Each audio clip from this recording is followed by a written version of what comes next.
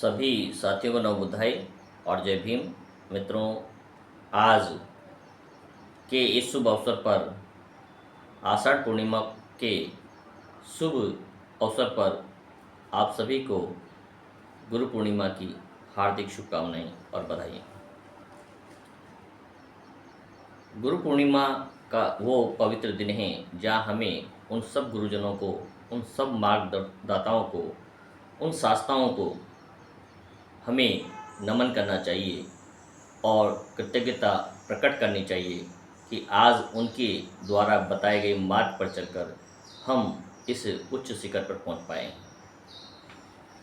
मानवता के मार्ग पर हम चल पाए हैं।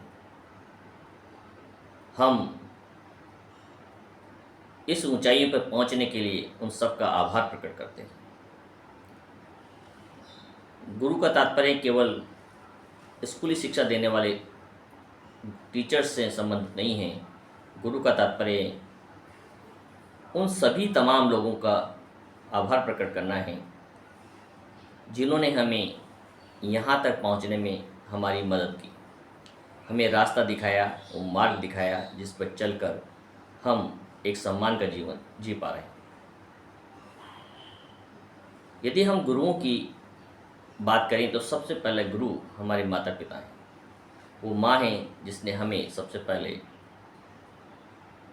उंगली पकड़ के चलना सिखाया, माँ शब्द सिखाया। और वो पिता हैं जिन्होंने हमें एक एक नन्हे कदम आगे बढ़ना सिखाया।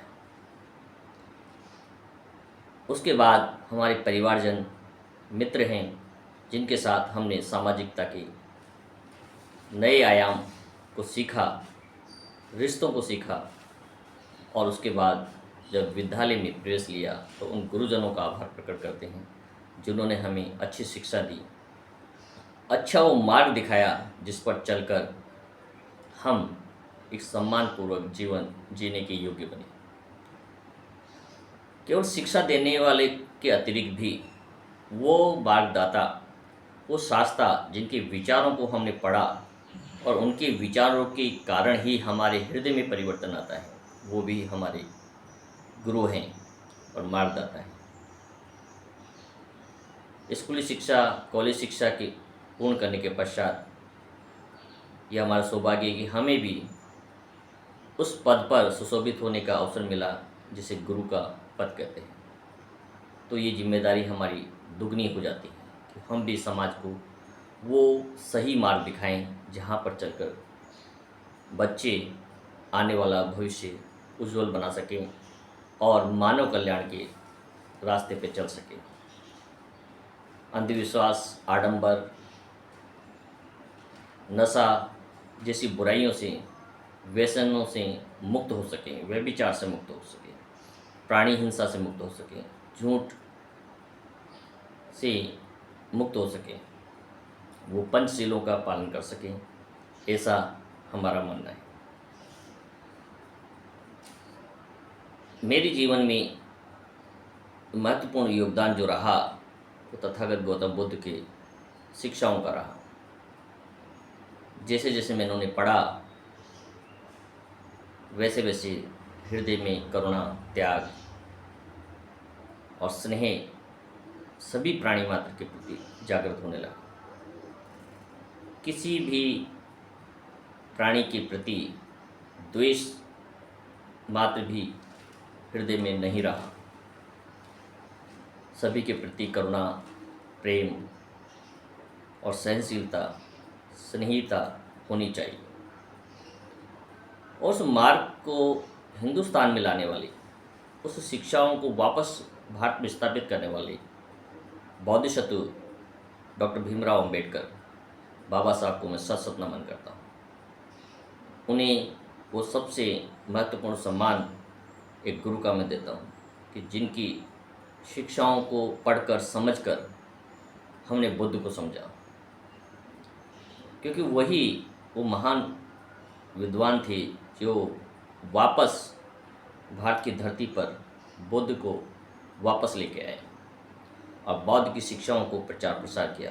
और भारत ही नहीं, पूरे विश्व में भारत को इस नाम से पहचाना जाने लगा कि भारत एक बौद्धमय देश है, तथागत गौतम बुद्ध की जन्मस्थली है, और इस बात का हमें हरदम गर्व रहेगा। तो ऐसी महान बोधिसत्व बाबा साहब को आज गुरु पूर्णिमा के अवसर पर मैं नमन करता हूँ।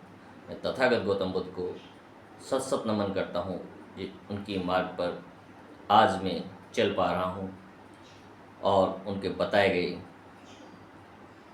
4 आर्य सत्य और अष्टांगी मार्ग का 100% पालन करने का पूरा प्रयास करता हूँ। चाहे मुझे कई बाधाएं आए और कई प्रकार की आलोचनाएं भी मुझे सुननी पड़े, लेकिन मैं निश्चित रूप से जानता हूँ कि यही मार्ग मानवता का मार्ग है और कल्याण का मार्ग है। इस पर सहने सहने ही सही, लेकिन आगे बढ़ने का प्रयास करता रहता हूँ। और आप सबको गुरु पूर्णिमा की अवसर पर एक बार फिर बधाइयाँ, शुभकामनाएँ, और इस अवसर पर हम सब प्रतिज्ञा लें कि हमारे सबसे प्रथम गुरु माता पिता का आज हम सम्मान करें और उनके साथ रहने का ज़्यादा से ज़्यादा प्रयास करें। माता पिता का यदि आप सम्मान नहीं करते हैं तो आपकी गुरु पूर्णिमा मनाना व्यर्थ है, निष्फल है। हमें उन सभी लोगों के प्रति आज ऋणी होना चाहिए, उनका आभार प्रकट करना चाहिए कि जिनके द्वारा बताए गए मार्ग पर चलकर ही आज हम इस ऊंचाइयों पे पहुँचे हैं, एक सम्मान का जीवन जी पा रहे हैं। आप सबको बहुत बहुत बधाइयाँ, शुभकामनाएँ, मंगल मैत्री, सबका कल्याण हो। भवतु सब मंगलम, भवतु सब मंगलम, भवतु सब मंगलम। साधु साधु।